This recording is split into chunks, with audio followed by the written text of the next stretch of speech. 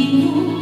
Pois Jesus assim falou, não vos impeçais, pois os tais é o meu reino, e quem quiser nele entrar vai ter que, como uma criança, se tornar. Tem que ser puro de coração, tem que amar e ajudar o seu irmão. Não pode guardar rancor, não pode ser enganador. Como criança tem que semear amor. Tem que ser puro de coração, tem que amar e ajudar o seu irmão. Não pode guardar rancor, não pode ser enganador. Como criança tem que semear amor. E Jesus disse: aquele que não se tornar como um desses pequeninos, de maneira nenhuma entrará no reino dos céus. tem que ser puro de coração, tem que amar e ajudar o seu irmão. Não pode guardar rancor, não pode ser enganador. Criança tem que semear amor. Tem que ser puro de coração, tem que amar e ajudar o seu irmão. Não pode guardar rancor, não pode ser enganador. Como criança tem que semear amor.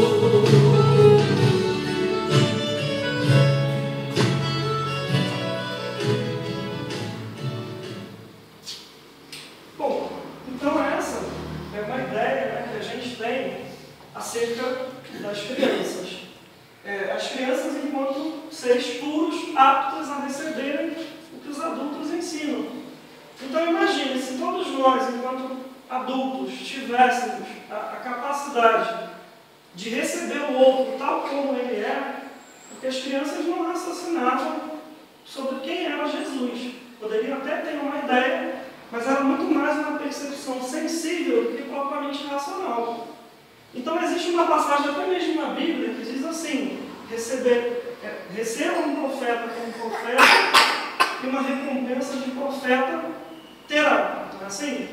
Então eu entendo que basicamente seria o quê? Eu não posso receber do outro aquilo que eu ainda não tenho capacidade de aceitar.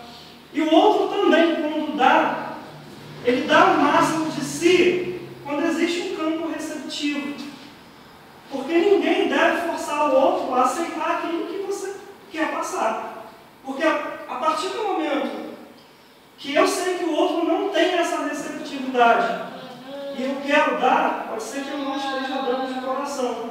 E sim que eu queira que ela aceite aquela realidade que eu estou impondo. Então, como essa imagem que eu estou utilizando assim como um símbolo, para dizer, né, receba um profeta como um profeta e tenha uma recompensa de profeta. É aceitar o outro assim como ele é. Porque isso vai possibilitar o quê? Uma autenticidade, uma reciprocidade. E é dentro dessa relação que a gente acaba descobrindo o quê? Que a nossa essência é uma verdadeira infância. Porque somente a criança mostra como é que nós devemos nos comportar diante dos outros. Ou seja, não é rotular, não é colocar o outro como uma barreira, mas sim aceitá-lo. Por quê? Porque nós temos essa capacidade de amar. Então as crianças, elas representam muito bem, ao meu ver, essa questão. Eu separei uma comparação com relação à doutrina espírita.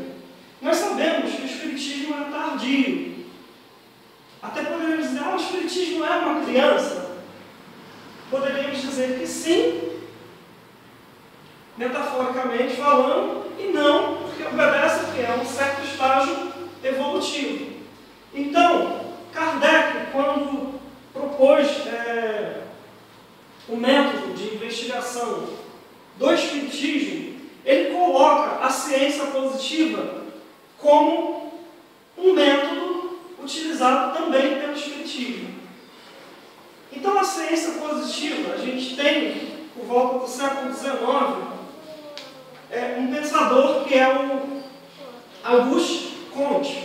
Ele vai desenvolver a filosofia positiva e vai traçar de forma digamos que catequética, porque ele lança o catecismo da filosofia positiva.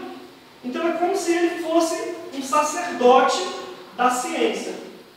Então tem lá a obra dele, que é a filosofia positiva, e ele vai traçar os estágios que a humanidade percorreu, que são os 3 estágios evolutivos da humanidade. E segundo esse pensador, nós teríamos o estágio inicial, onde o homem pensou de forma teológica, ou seja, teológica e mitológica. Tudo se explica em Deus, em deuses. Tivemos um segundo estágio, que ele vai dizer que foi o estágio filosófico, onde saímos da questão dos deuses, da divindade, e passamos a pensar de forma racional. Mas, mesmo assim, tendo essa forma racional de pensar, é lógico que não exclui a teologia, ou os princípios de Deus. Mas começa a falar, sobretudo, das essências. O que é Deus? O que eu sou? De onde eu vim?